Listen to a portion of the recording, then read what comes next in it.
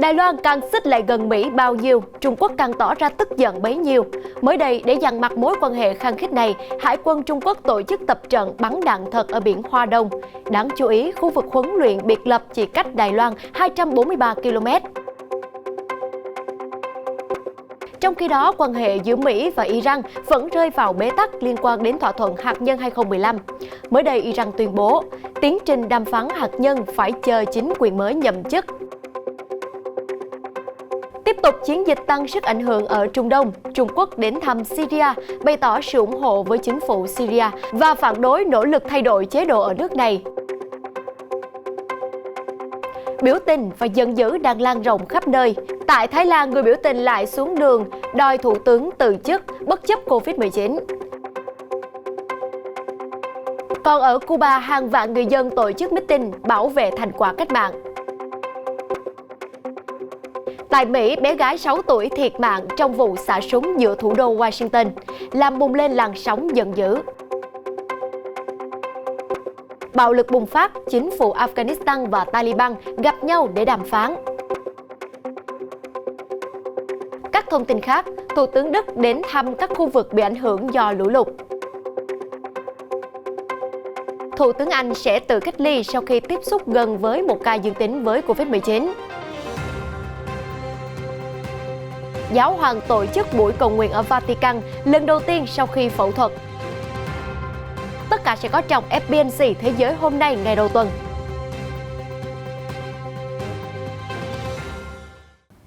Ngọc Anh xin kính chào quý vị khán giả, quý vị đang theo dõi chương trình Thế giới hôm nay và sau đây là những thông tin chi tiết. Thưa quý vị, vừa qua thì Cơ quan An toàn Hàng hải Trung Quốc MSA cho biết Hải quân thuộc lực lượng giải phóng nhân dân nước này đã bắt đầu tiến hành một cuộc tập trận bắn đạn thật ở biển Hoa Đông kéo dài 6 ngày đến ngày 21 tháng 7.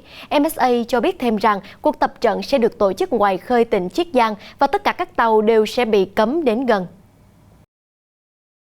Theo Liberty Times đưa tin, Cơ quan An toàn Hàng hải Trung Quốc MSA cho biết Hải quân thuộc lực lượng giải phóng nhân dân nước này đã bắt đầu tiến hành một cuộc tập trận bắn đạn thật ở biển Hoa Đông, kéo dài đến ngày 21 tháng 7. MSA cho biết thêm rằng cuộc tập trận sẽ được tổ chức ngoài khơi tỉnh Chiết Giang và tất cả các tàu đều bị cấm đến gần. Được biết, khu vực huấn luyện biệt lập chỉ cách Đài Loan 243 km. Thêm vào đó, chính quyền Bắc Kinh công bố một cảnh báo khác vào chiều ngày 17 tháng 7 vừa qua rằng một cuộc diễn tập quân sự khác cũng đã được tổ chức tại Taizhou, Chiết Giang từ ngày 18 tháng 7 đến ngày 3 tháng 8. Các con tàu khác cũng không được phép di chuyển vào khu vực huấn luyện. Theo ông Chen Wenjie, phó giáo sư tại Đại học Quốc gia Trân Chi thuộc Đại học Quốc tế, nói rằng cuộc tập trận quân sự đột ngột này là nhằm chống lại sự tiến triển trong quan hệ Mỹ với Đài Loan. Cụ thể hơn, đó là màn đáp trả cho việc máy bay quân sự Mỹ dừng lại ở sân bay Tùng Sơn của Đài Bắc vào ngày 15 tháng 7. Thưa quý vị, vào ngày 17 tháng 7 vừa qua, phía Iran bất ngờ tuyên bố tiến trình đàm phán tại Viên Áo với các cường quốc trên thế giới về thỏa thuận hạt nhân 2015 cần phải chờ chính quyền mới của nước này nhậm chức, với thời gian dự kiến là đầu tháng 8 tới. Sự gián đoạn trong đàm phán đang khiến cho các nhà đàm phán phương Tây lo lắng và đặt ra câu hỏi cho những bước đi tiếp theo nếu tiến trình đàm phán không thể tiếp tục diễn ra như kế hoạch. Trưởng đoàn đàm phán hạt nhân Iran, Thứ trưởng Ngoại giao Abbas Araghchi cho biết Iran đang trong giai đoạn chuyển tiếp khi một cuộc chuyển giao quyền lực dân chủ được tiến hành tại thủ đô. Do đó, các cuộc đàm phán ở Vienna, Áo rõ ràng cần phải đợi chính quyền mới. Tuyên bố của ông Abbas Araghchi được đưa ra trong bối cảnh phái đoàn Iran và các nước đã trở về sau khi vòng đàm phán thứ 6 tại Vienna, Áo kết thúc vào ngày 20 tháng 6. Tại thời điểm đó, chính ông Abbas Araghchi đã tuyên bố về nước để tham vấn và để có thể đưa ra quyết định cuối cùng, trong khi các bên còn lại hy vọng vòng đàm phán thứ 7 sẽ được nối lại trong 10 ngày sau đó.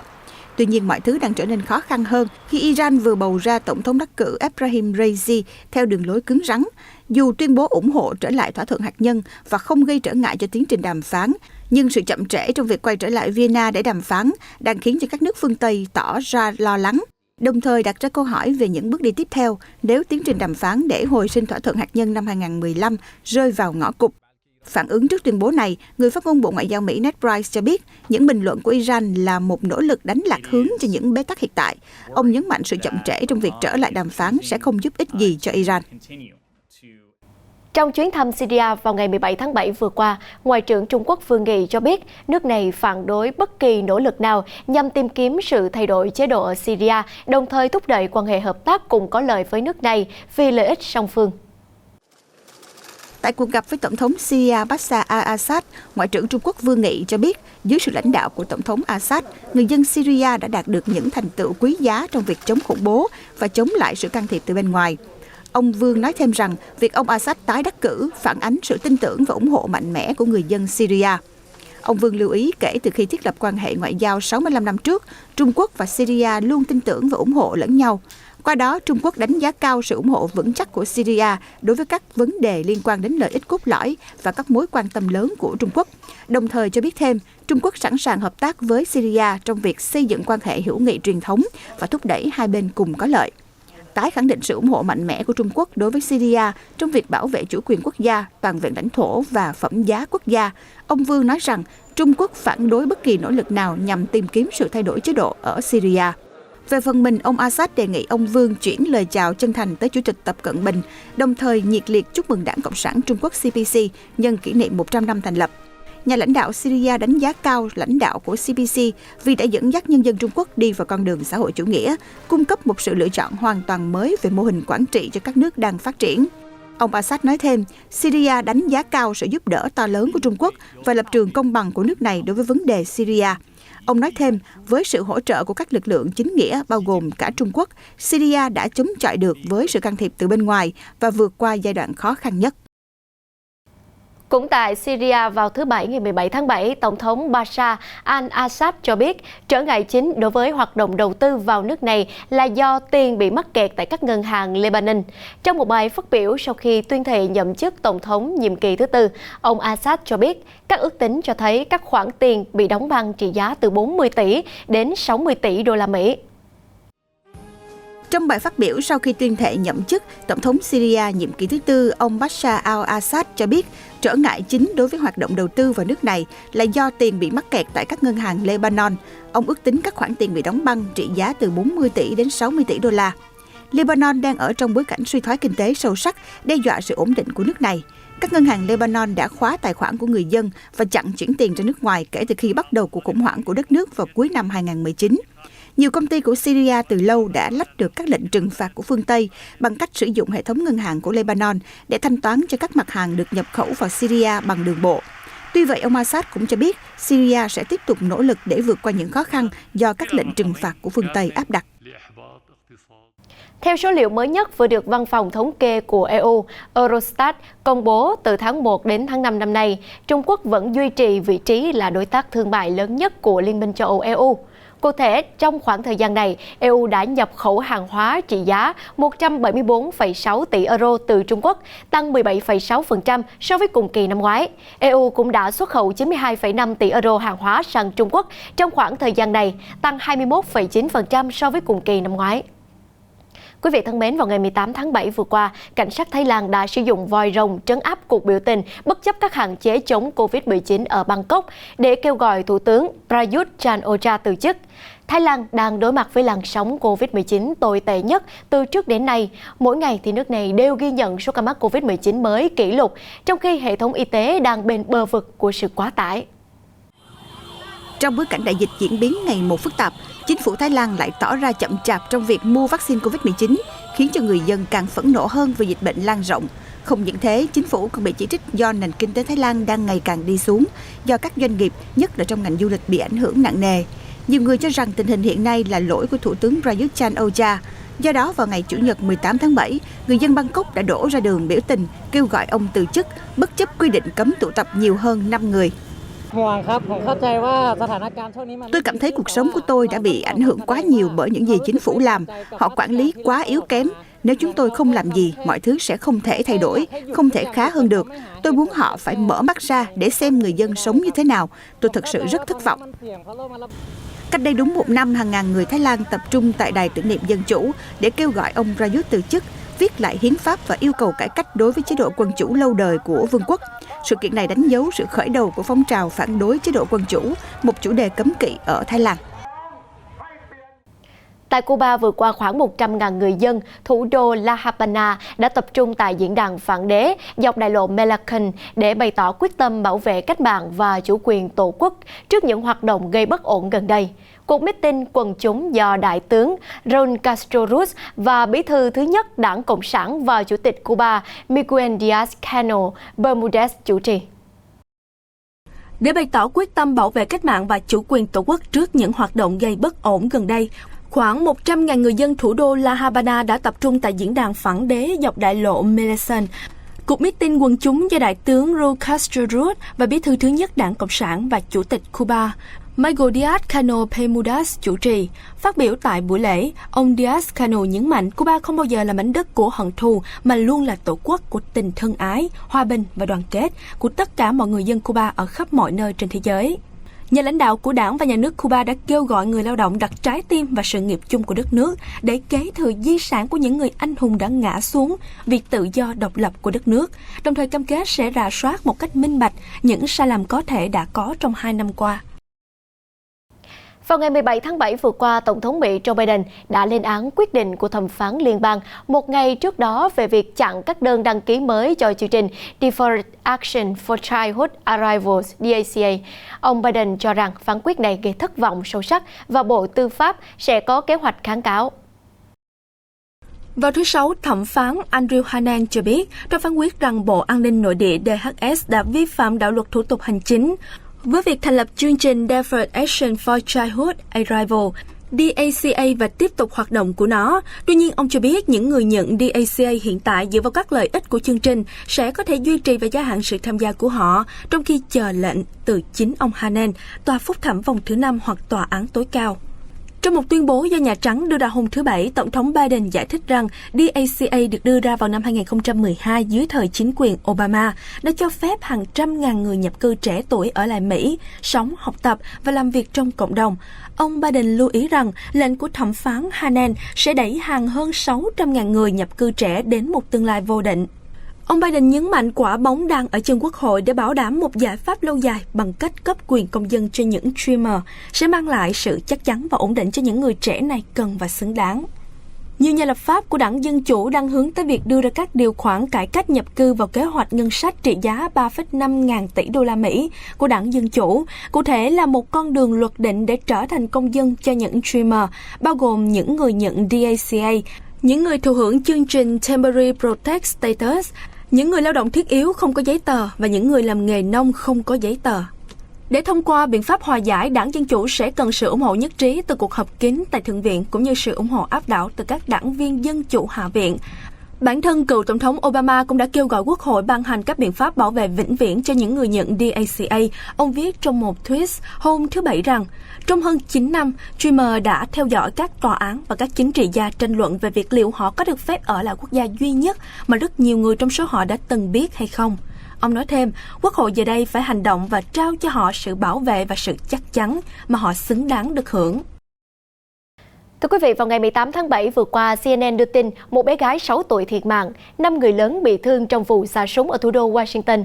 Vụ việc xảy ra ngay sau 11 giờ đêm ngày 16 tháng 7 ở phía đông nam của thủ đô. Trong một đoạn video do cảnh sát DC công bố, có thể thấy một chiếc xe màu bạc hoặc xám đang lái qua giao lộ và một số tiếng súng có thể được bắn ra từ chiếc xe. Đứa trẻ được xác định tên là Nia Courtney, theo cảnh sát trưởng Robert Conti. Chính quyền đã công bố phần thưởng 60.000 đô la Mỹ cho thông tin cung cấp để bắt được nghi phạm trong cuộc họp báo hôm 17 tháng 7. Vụ xả súng là vụ mới nhất trong loạt bạo lực súng đạn đã bao trùm các thành phố của Mỹ vào mùa hè này. Đã có 361 vụ xả súng hàng loạt cho đến nay trong năm nay. Vừa qua, đại diện của chính phủ Afghanistan và Taliban đã gặp nhau tại thủ đô Doha của Qatar để đàm phán trong bối cảnh bạo lực bùng phát ở nước này khi các lực lượng nước ngoài gần như đã rút quân hoàn toàn. Một số nhân vật cấp cao của chính phủ Afghanistan, trong đó có cựu Tổng thống Hamid Karzai và cựu Chủ tịch Hội đồng Hòa giải Dân tộc tối cao Abdullah Abdullah, đã có mặt tại một khách sạn sang trọng cùng các đại diện từ văn phòng chính trị của Taliban. Trong bối cảnh bạo lực bùng phát ở Afghanistan khi các lực lượng nước ngoài gần như đã rút quân hoàn toàn, đại diện của chính phủ Afghanistan và Taliban đã gặp nhau tại thủ đô Doha của Qatar để đàm phán. Cựu Tổng thống Hamid Karzai và cựu Chủ tịch Hội đồng Hòa giải Dân tộc tối cao Abdullah Abdullah đã có mặt tại một khách sạn sang trọng cùng các đại diện từ văn phòng chính trị của Taliban. Người phát ngôn của đoàn đàm phán chính phủ Afghanistan tại Doha, Banaja Anqari cho biết, phái đoàn cấp cao này ở đây để thỏa thuận với cả hai bên, hướng dẫn và hỗ trợ đoàn đàm phán trong việc đẩy nhanh cuộc đàm phán và đạt tiến triển. Afghanistan kỳ vọng rằng động thái này sẽ đẩy nhanh đàm phán và trong thời gian ngắn, cả hai bên sẽ đạt được kết quả cũng như chứng kiến một nền hòa bình lâu dài và có giá trị ở Afghanistan. Lực lượng Taliban đã phát động một cuộc tấn công trên khắp Afghanistan kể từ đầu tháng 5 vừa qua, trong bối cảnh các lực lượng quân sự nước ngoài do Mỹ dẫn đầu bắt đầu tiến trình rút quân khỏi quốc gia này. Vào chiều ngày 17 tháng 7 vừa qua, Thủ tướng Bỉ Alexander De Croo và Chủ tịch Ủy ban châu Âu Ursula von der Leyen đã đến thăm thị trấn Rotherford đang bị lũ lụt hoành hành của nước này. Trung tâm Quản lý Khủng hoảng Quốc gia xác nhận 27 người đã thiệt mạng và đang tiến hành điều phối hoạt động cứu trợ các vùng thiên tai. Theo trung tâm này, 103 người đã mất tích hoặc không thể liên lạc được, trong đó một số người có khả năng không liên lạc được do không thể sạc điện thoại hoặc đang nằm viện mà không có giấy tờ tùy thân. Tại các tỉnh Luxembourg và Namur ở miền nam nước Bỉ, chính quyền đang khẩn trương cung cấp nước uống cho các hộ gia đình. Tại một số khu vực bị ảnh hưởng nặng nề nhất ở Bỉ, nước lũ đang giảm dần và người dân bắt đầu phân loại dọn dẹp tài sản bị phá hủy. Sau đó một ngày, Thủ tướng Đức Angela Merkel cũng đã đến thăm các khu vực bị lũ lụt tàn phá của nước này, bày tỏ kinh hoàng trước thiệt hại do lũ và cam kết hỗ trợ người dân.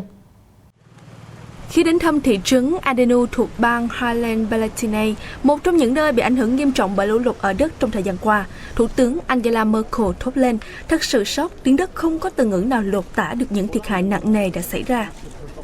Qua đó, bà Merkel hứa sẽ nhanh chóng gửi hỗ trợ tài chính cho người dân tại các vùng chịu thiệt hại. Chỉ tính riêng ở Đức, lũ lụt đã khiến ít nhất 157 người chết, trở thành thảm họa thiên nhiên tồi tệ nhất của đất nước trong gần 6 thập kỷ. Tại vùng Berchtesgaden, bang Bavaria, lũ quét khiến đường biến thành sông, nhiều phương tiện bị cuốn trôi và bị vùi lấp dưới những lớp bùn dày. Khoảng 110 người đã thiệt mạng tại quận Auvergne, phía nam Cologne. Cảnh sát ước đoán sẽ tìm thấy thêm nhiều thi thể nữa tại đây khi nước lũ rút. Lũ lụt quét qua châu Âu bắt đầu từ hôm 14 tháng 7 nhưng chủ yếu đe dọa các bang Highland-Palatinate và Bắc Rhine-Westphalia của Đức cùng một số khu vực của Bỉ. Nhiều cộng đồng bị chia cắt hoàn toàn, không có điện và thông tin liên lạc. Chuyển sang một số thông tin về không gian, thưa quý vị. Vừa qua, thì công ty tên lửa Blue Origin do tỷ phú Jeff Bezos sáng lập thông báo một khách hàng 18 tuổi sẽ tham gia chuyến bay vào vũ trụ ngày 20 tháng 7 tới đây trên tàu vũ trụ có người lái New Shepard. Thông báo cho biết anh Oliver Damon đã tốt nghiệp cấp 3 vào năm 2020, sẽ trở thành người thám hiểm vũ trụ trẻ nhất từ trước tới nay. Được bay vào vũ trụ là ước mơ cả đời của anh Damon kể từ khi lên 4, và hiện nay thì anh đã có bằng lái máy bay do cơ sở tư nhân cung cấp.